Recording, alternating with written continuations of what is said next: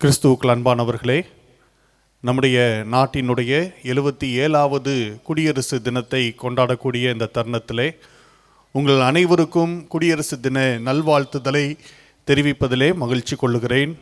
குறிப்பாக இந்த நாளிலே நம்முடைய பேராயரையா அவர்கள் நம்முடைய பேராலயத்துக்கு வந்து இந்த தேசிய கொடியை ஏற்றும்படியாக வந்திருக்கிறார்கள். பேராலயத்தின் சார்பாக ஐயாவை அம்மாவையும் அன்போடு கூட வரவேற்பதிலே மகிழ்ச்சி கொள்ளுகிறோம். இந்த நிகழ்ச்சியை துவங்கும் வண்ணமாக நாம் தலைகளை தாழ்த்தி ஜெபம் செய்வோம். துதிகளுக்கு பாத்திரமான எங்கள் அன்பின் ஆண்டவரே, நீர் தந்த இந்த குடியரசு தின நாளுக்காக நன்றி செலுத்துகிறோம். எங்களுடைய தாய் திரு நாட்டையும் இதனுடைய வளர்ச்சியிலும் ஆண்டவருடைய அன்பும் தயவும் இரக்கமும் கடந்த காலங்களில் இருந்ததற்காக நன்றி செலுத்துகிறோம். சாமி, தொடர்ந்து உடைய அன்பின் கரம் எங்கள் நாட்டையும் நாட்டினுடைய காரியங்களிலும் தாங்கி வழிநடத்த வேண்டுமென்று ஜெபிக்கிறோம். சாமி, குறிப்பாக இந்த நாளிலும் கூட பேராலய திருச்சபையிலும் எங்களுடைய பிஷப்பைய தலைமையிலே கொடியேற்றுகின்ற வைபவத்தை நான் நடத்துகின்ற பொழுது இந்த நாட்டினுடைய வளர்ச்சியிலும் முன்னேற்றத்திலும் எங்களுடைய பங்களிப்பை நாங்கள் சரியான முறையிலே செய்து ஆண்டவரே உம்முடைய கிருபையும் உடைய இரக்கத்தையும் வெளிப்படுத்த கிருபை தாரும். இந்த வைபவத்தை ஆசீர்வதித்து வழி நடத்தும் மீட்பர் இயேசு கிறிஸ்துவின் வழியாக வேண்டுகிறோம் பிதாவே, ஆமேன். அனைவருக்கும் தெரிந்த கீர்த்தனையின் 5 சர்வ லோகாதிபா நமஸ்காரம் என்ற பாடலை நாம் பாடி ஆண்டவரை நமஸ்கரிப்போம். சர்வ லோகாதிபா நமஸ்காரம், சர்வ சிருஷ்டிகனே நமஸ்காரம், தரை கடல் முயிர்வான் சகலமும் படைத்த தயபார பிதாவே நமஸ்காரம், தரை கடல் முயிர்வான் சகலமும் படைத்த தயபார பிதாவே நமஸ்காரம், திரு அவதாரா நமஸ்காரம், ஜெகத்தின் ரட்சகனே நமஸ்காரம், தரணியின் மனுட உயிரடைந்தோங்க தருவினில் மாண்டோய் நமஸ்காரம், தரணியின் மனுட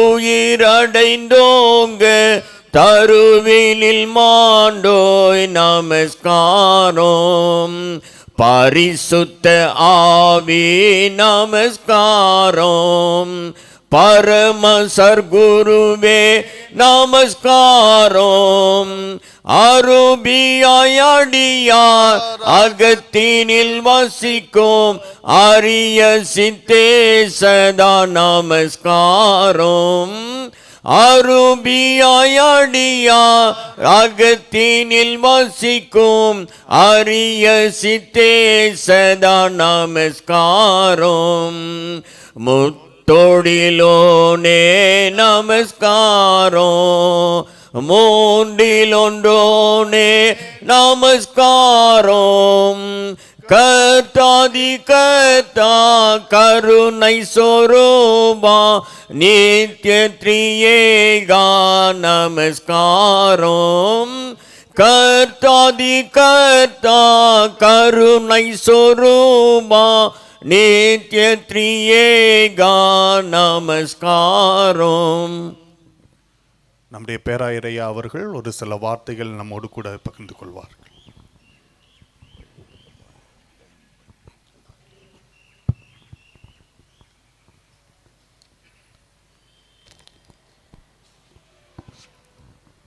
அன்புக்குரியவர்களே, இறைமகன் இயேசுவின் இணைய நாமத்தினாலே 77வது குடியரசு தின நிகழ்வை நம் பேராலய திருச்சபை மக்களாய் ஆயராய் அனுசரித்து கொண்டிருக்கின்றோம்.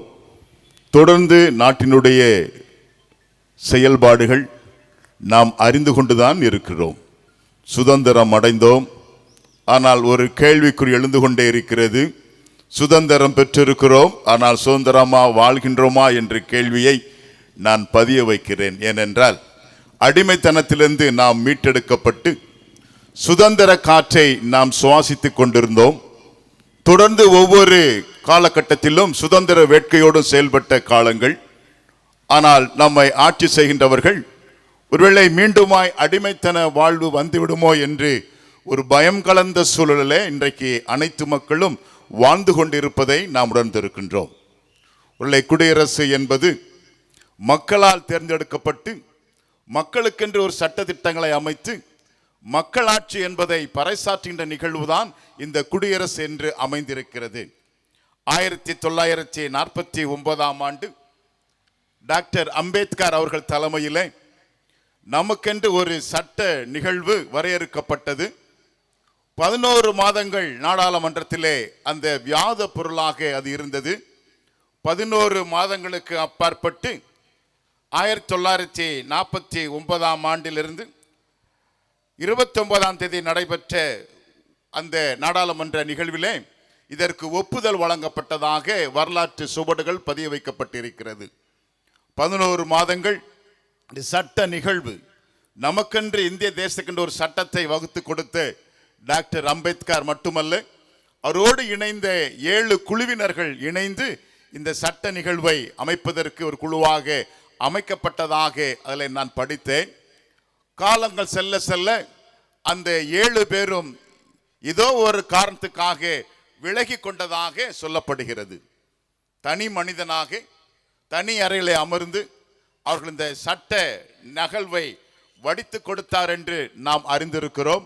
1950 ஆண்டு ஜனவரி 26ஆம் நாள் அவர் உருவாக்கப்பட்ட இந்த நிகழ்வு ஒருவேளை ஒவ்வொரு வேளையிலும் அவருடைய செயல்பாடுகள் நம்முடைய தேசத்திற்காக ஒற்றுமை உணர்வை பிரதிபலிக்க வேண்டும் நோக்கத்தோடு செயல்பட்டதாக நாம் அறிந்திருக்கின்றோம். அது ஒப்புதல் கொடுக்கப்பட்டு இன்றைக்கு அந்த குடியரசு தினம் 77 ஆண்டுகளை நாம் அனுசரித்து கொண்டிருக்கிறோம். ஒவ்வொரு வேளையிலும் அந்த சரத்துகள் உள்ள அந்த அரசியலமைப்பு முகவுரையிலே கொடுக்கப்பட்ட நிகழ்வு என்னவென்றால், சட்டத்தின் முன் அனைவரும் சமம், பாகுபாடற்ற ஜனநாயகத்தை மக்கள் பெற வேண்டும். இந்த 2 வார்த்தை நான் பதிய வைக்கிறேன். சட்டத்தின் முன் அனைவரும் சமம். சட்டம் சொல்கிறது அல்லவா, காவல்துறையில் சொல்வார்கள், நீதிமன்றத்தில் சொல்வார்கள், அனைவருக்கும் ஒரே சட்டம் என்று சொல்லி, சட்டத்துக்கு முன்பால் அனைவரும் சமம் என்றும் பாகுபாடற்ற ஜனநாயகத்தை மக்கள் பெற வேண்டும் என்று இந்திய அரசியலமைப்பு சட்டத்தின் முகவுரையில் கொடுக்கப்பட்டதாக நாம் அறிந்திருக்கின்றோம். அது மட்டுமல்ல, அந்த முகவுரையிலே இறையாண்மையுள்ள சமத்துவம், மதசார்பற்ற ஜனநாயக குடியரசு, சுதந்திரம், சமத்துவம், சகோதரத்துவம் இதை பிரகடனப்படுத்த வேண்டிய நோக்கத்தோடு தான் அந்த முகவுரையிலே பதியப்பட்டதாக நாம் அறிந்திருக்கின்றோம். ஒருவேளை சுதந்திரம் என்றாலே நாம் காந்தியடிகளையும் மற்ற தலைவர்களையும் நாம் அனுசரிக்கிறோம்.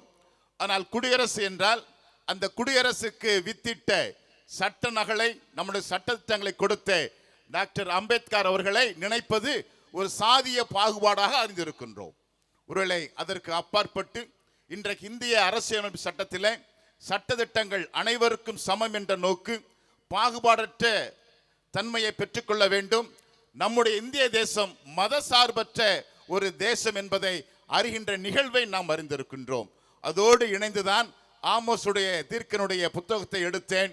2ஆம் அதிகாரத்திலிருந்து 5ஆம் அதிகாரத்திலே படித்து பார்ப்போமானால் ஒருவேளை மக்களை எவ்விதமாக கொடுமைப்படுத்துகிற நிகழ்வு, அதிலும்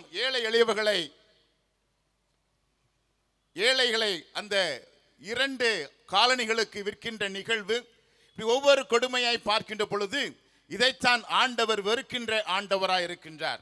ஏழைகளை, அவர்கள் வறியவர்களை, அந்த நாட்டிலே ஆட்சி செய்கின்றவர்கள் கொடுமைப்படுத்துகிற நிகழ்வு, கடன்பட்டவர்களை ஆடைகளை பறித்து கொண்டு அவர்களை துன்புறுத்துகிற நிகழ்வு, ஏழைகளை நசுக்கி வரி வசூல் பண்ணுகிற நிகழ்வெல்லாம் இன்றைக்கும் நடந்து கொண்டிருப்பதாக ஒரு நினைவு வந்து கொண்டிருக்கிறது. ஒருவேளை நாம் சுதந்திர காற்றை அறிந்திருக்கிறோம், சுவாசித்துக் கொண்டிருக்கிறோம், விடுதலை பெற்றிருக்கிறோம், அனைவரும் சமம் என்ற ஒரு சட்டத்தை பெற்றிருக்கிறோம். தொடர்ந்து அந்த சட்டத்திலே நாம் அனைவரும் கரங்களை கோர்த்து ஆண்டவர் கொடுத்த வார்த்தை, கிறிஸ்துவுக்குள் ஆண் என்றும் இல்லை, பெண் என்றும் இல்லை, ஆண்டான் என்றும் இல்லை, அடிமை என்றும் இல்லை, உயர்ந்தவன் என்றை தாழ்ந்தவன் என்றும் இல்லை சிந்தனையோடு நாம் அனைவரும் கரங்களை கோர்த்து இறையரசை கட்டி எழுப்புவோம். அந்த இறையரசு பாகுபாடற்ற இறையரசு, அந்த இறையரசு அனைவரையும் ஏற்றுக்கொள்கின்ற இறையரசு. ஆண்டவர் சொல்வார், இறையரசு அங்கொன்றும் இங்கொன்றும் என்று ஓடி திரிய வேண்டாம், அந்த இறையரசு உங்களிடத்திலே வந்து விட்டது. அந்த இறையரசு அனைவரையும் ஏற்றுக்கொள்ள இறையரசாய் இந்த 77வது குடியரசு தினவிலே நாம் திருச்சபையாய் ஒன்றாய் இணைந்து இறையரசை கட்டி எழுப்புவோம். அந்த இறையரசு சமத்துவ இறையரசு, அனைவரையும் ஏற்றுக்கொள்கிற இறையரசு. சட்டங்கள் சொல்வது போல சுதந்திரம், சமத்துவம், சகோதரத்துவத்தை நாம் பின்பற்றுவோம். கர்த்தருடைய கரம் நம்மளை ஆற்றல் படுத்தட்டும். ஆமேன். தேசிய கொடியை ஏற்றும்படியாக ஐயாவை அன்போடு கூட கேட்டுக்கொள்கிறேன்.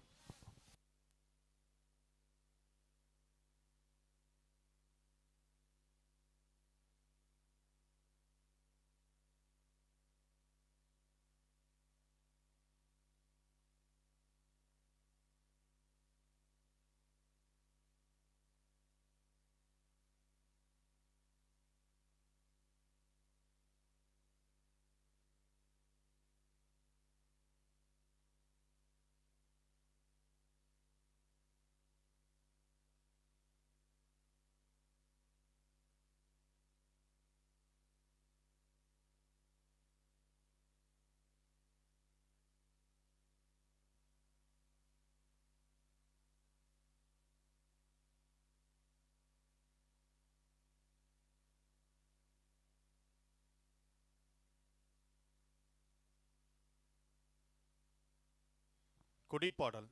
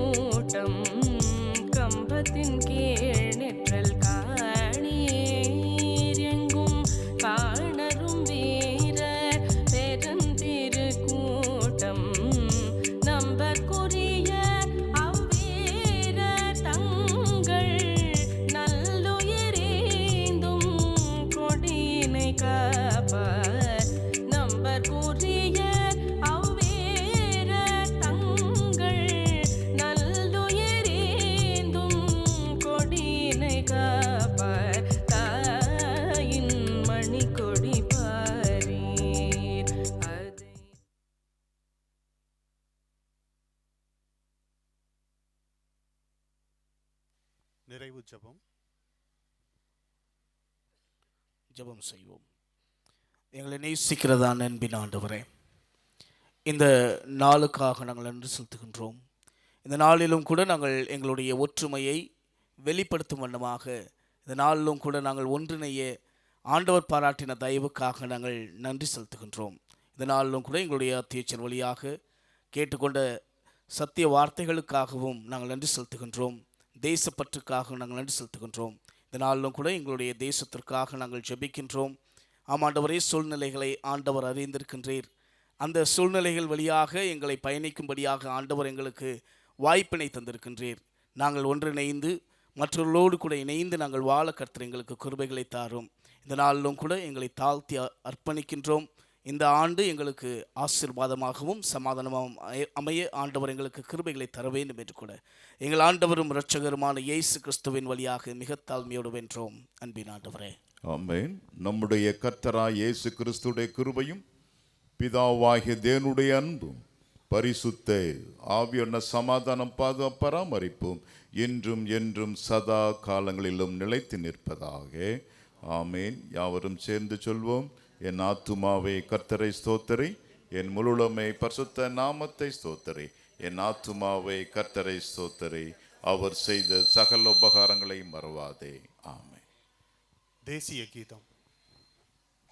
जनगणमन अधिनायक जय हे भारत भाग्य विधाता, पंजाब सिंध गुजरात मराठा द्राविड उत्कल बंगा, विंध्य हिमाचल यमुना गंगा उच्चल जलधि तरंगा, तव शुभ नामे जागे, तव शुभ आशीष मांगे, गाहे तव जय गाथा।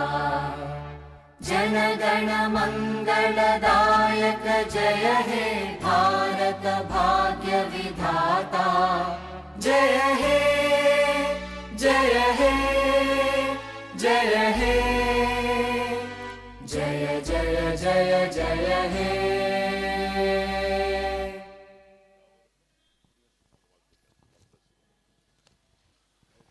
உங்கள் அனைவருக்கும் காலை உணவு ஏற்பாடு செய்திருக்கிறோம். நீங்கள் அதிலே கலந்து கொண்டு செல்ல உங்களை அன்போடு கூட கேட்டுக்கொள்கிறோம்.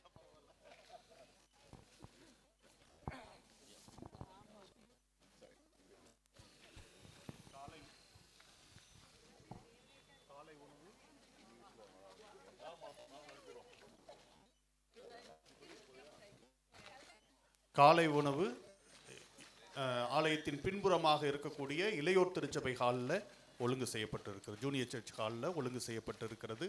நீங்கள் அங்கு செல்ல உங்களை அன்போடு கூட கேட்டுக்கொள்கிறோம்.